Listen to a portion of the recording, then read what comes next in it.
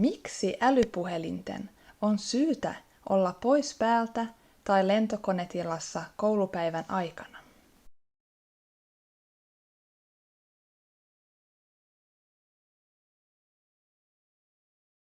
Älypuhelin voi lähettää suuria määriä säteilyä joka sekunti, vaikka sitä ei käytettäisikään.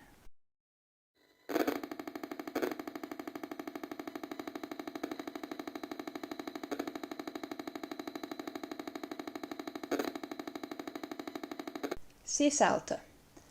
Älypuhelimen vaikutus kehoon, vinkkejä säteilyn ja sähkön kulutuksen vähentämiseen, älypuhelinten ja kuulokkeiden säteilymittaus, vinkkejä Microsoftin entiseltä toimitusjohtajalta, mitä valmistajat ja viranomaiset kirjoittavat, tutkimuksia, kirjavinkkejä ja organisaatioita. Tavalliset puhelut ja tekstiviestit toimivat matkapuhelinverkoissa ilman mobiilidataa. Matkapuhelimet käyttävät internettiä mobiilidatan kautta mastoista tai Wi-Fi-yhteydellä lähiverkossa. Bluetoothia käytetään esimerkiksi langattomiin kuulokkeisiin. Korviin asetettavat langattomat kuulokkeet pääsevät lähemmäksi aivoja.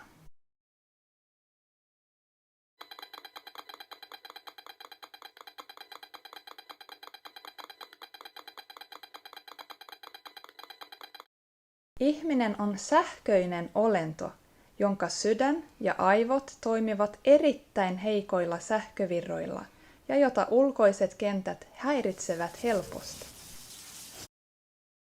Langaton verkko altistaa kehosi mikroaaltosäteilylle.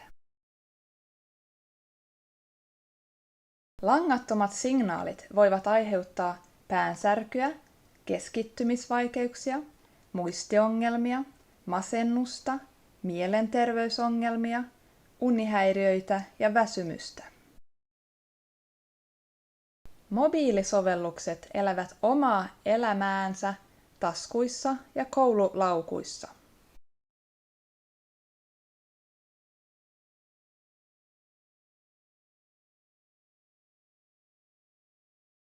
Siksi älypuhelinten tulisi olla pois päältä tai lentokonetilassa koulupäivän aikana.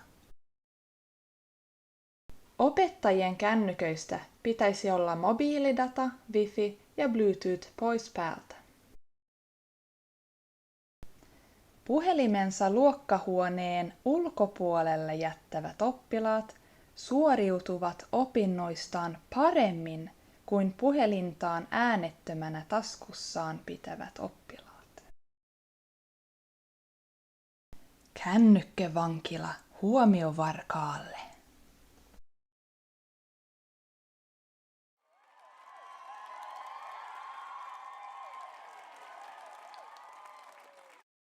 Älä anna puhelimen estää liikkumista.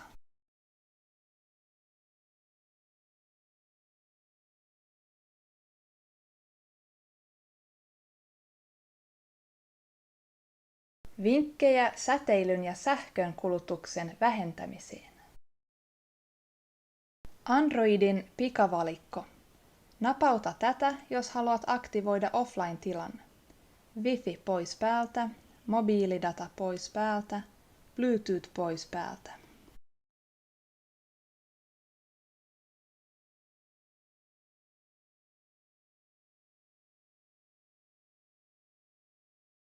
Wi-Fi, Bluetooth ja mobiilidata ovat pois päältä.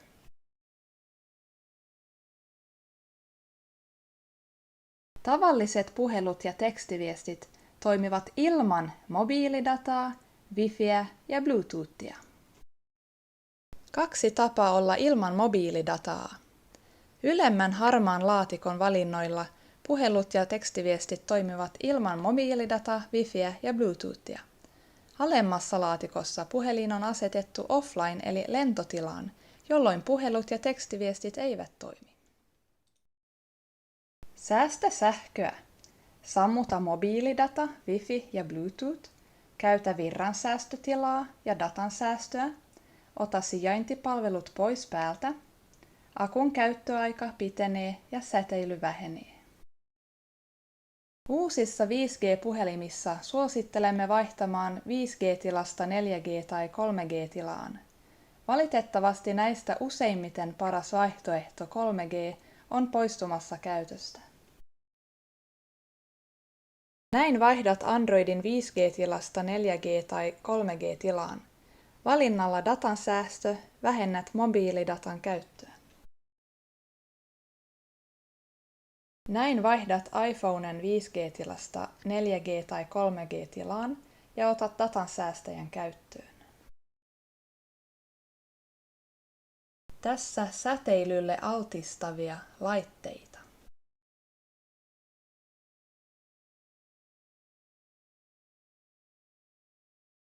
Tarkista GPS-kellosta tai älykellosta, että esimerkiksi Bluetooth on aktiivisena vain tarvittaessa. Vähennä säteilyä ja säästä sähköä. Langalliset yhteydet tietokoneita ja mobiililaitteita varten pitäisi kouluissa asettaa etusijalle. Kannettava tietokone liitetty langalliseen verkkoon sovittimen avulla. Wi-Fi ja Bluetooth pois päältä, lentokonetila päällä. Sammuta Wi-Fi, käytä kaapelia. iPhone ja iPad voidaan yhdistää sovittimen kautta langalliseen verkkoon. Monilla Samsungin matkapuhelimilla voidaan surffailla netissä sovittimella plus kaapelilla. Käytä matkapuhelimen ja kaiuttimen välillä kaapelia, jotta vältät Bluetooth-säteilyn. Lataa ja kuuntele tai katsele musiikkia ja elokuvia offline-tilassa.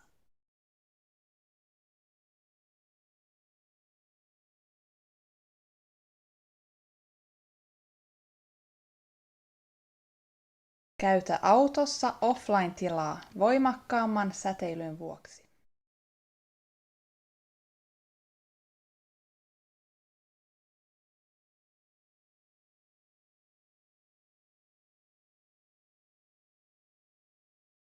Eturivin IT-johtajien sääntö numero 1.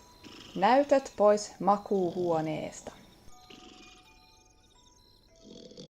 Älypuhelinten ja kuulokkeiden säteilymittaus. Korkeataajuisten radioaaltojen mittaaminen.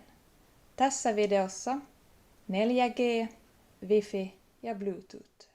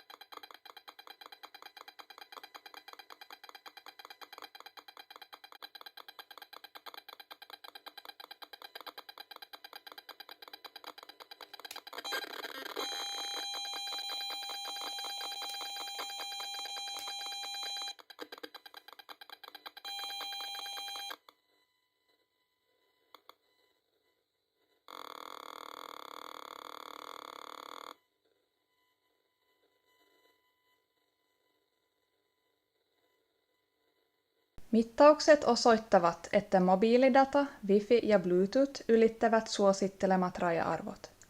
Suosituksia ovat antaneet Bioinitiative, Itävalta, Euroopan ympäristölääketieteen akatemia, Saksan rakennusbiologit ja Euroopan neuvosto. Suomessa noudatettavat liian korkeat raja-arvot perustuvat vain kehon välittömään lämpenemiseen, eivätkä huomioi säteilyn pitkäaikaisia biologisia vaikutuksia. Vinkkejä Microsoftin entiseltä toimitusjohtajalta. Frank Clegg oli useita vuosia Microsoftin Kanadan toimitusjohtaja. Hän on ilmiantaja, joka johtaa Canadians for Safe Technology, CAST-järjestöä. Teknologiajohtajan oppaasta. Pidä matkapuhelimet kaukana päästäsi ja poissa taskusta, rintaliiveistä ja vaatteista. Käytä kaiutinta tai AirTube-ilmaletkukuulokkeita, ei Bluetoothia. Matkapuhelin taskussa altistaa lisääntymiselimet ja luuytimen säteilylle. Sadat tutkijat varoittavat trendikkäistä langattomista kuulokkeista. Lasten ei pitäisi olla nettiin yhdistettyjen matkapuhelinten tai tablettilaitteiden lähellä. Kännyköitä ja tabletteja ei pitäisi käyttää leluina. Tabletit altistavat aivot radiotaajuiselle säteilylle. Wifi-säteily tunkeutuu 6-vuotiaan lapsen aivokudokseen saakka. Ohjaa matkapuhelin lankapuhelimeen, kun olet kotona. Poista kokonaan Wi-Fi kodistasi. Jos se ei ole mahdollista, sammuta Wi-Fi aina, kun sitä ei käytetä. Sammuta Wi-Fi joka yöksi. Käytä tähän tarvittaessa ajastinta.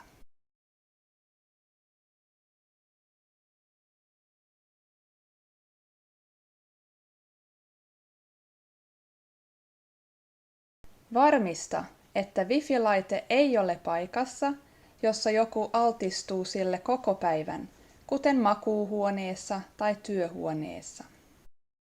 Älä nuku päällä oleva matkapuhelin lähelläsi. Käytä vain lentokonetilaa. Mitä valmistajat ja viranomaiset kirjoittavat? Langattomien nettilaitteiden valmistajat varoittavat käyttöohjeissaan. Langattomat laitteet asennetaan aina mahdollisimman kauas käyttäjistä, eikä niitä tule asentaa lasten tai nuorten makuuhuoneisiin.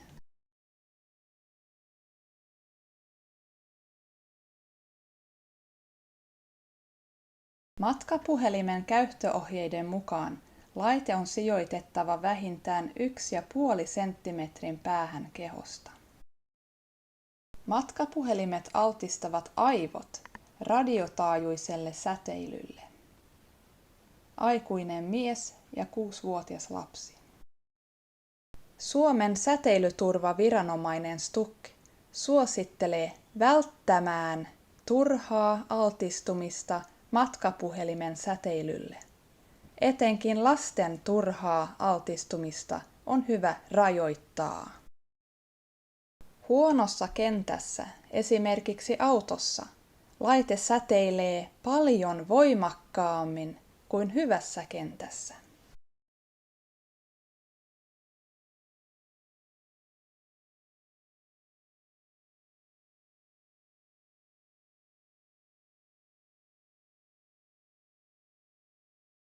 Ruotsin säteilyturvallisuusviranomainen. Käytä puhelun aikana handsfree-laitetta tai puhelimen kaiutin toimintoa ja pidä puhelin kaukana kehostasi. Suositus koskee erityisesti lapsia. Tutkimuksissa on toistuvasti havaittu jopa nykyisiä ohjearvoja alhaisemmille radioaalloille altistumisen aiheuttavan eläinkokeissa merkkejä hapetusstressin lisääntymisestä.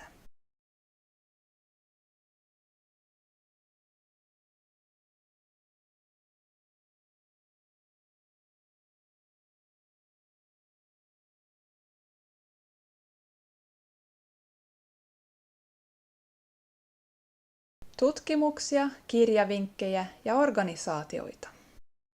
Langattomat luonnottomat signaalit voivat aiheuttaa silmävaurioita, sydänongelmia, ihooireita, tinnitusta, EEG-muutoksia aivokuvassa, kasvaimen kasvua, hedelmällisyysongelmia ja DNA-vaurioita.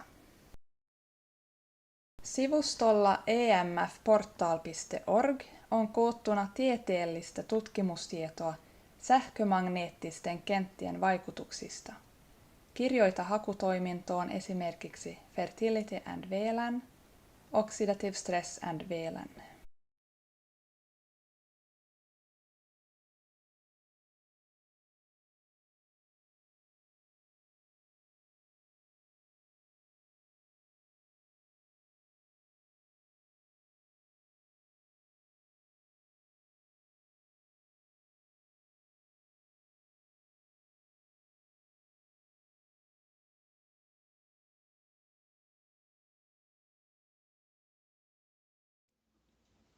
Tutkija filosofian tohtori Mikko Ahonen kertoo sähkömagneettisesta spektristä. Emeritusprofessori Rainer Nyberg kertoo eri maiden viitearvoista.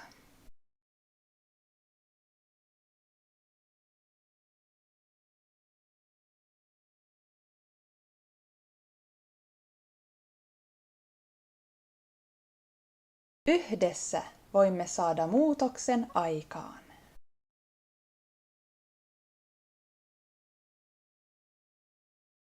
Voit tukea tiedotustyötämme liittymällä jäseneksi tai tekemällä lahjoituksen. Kiitos!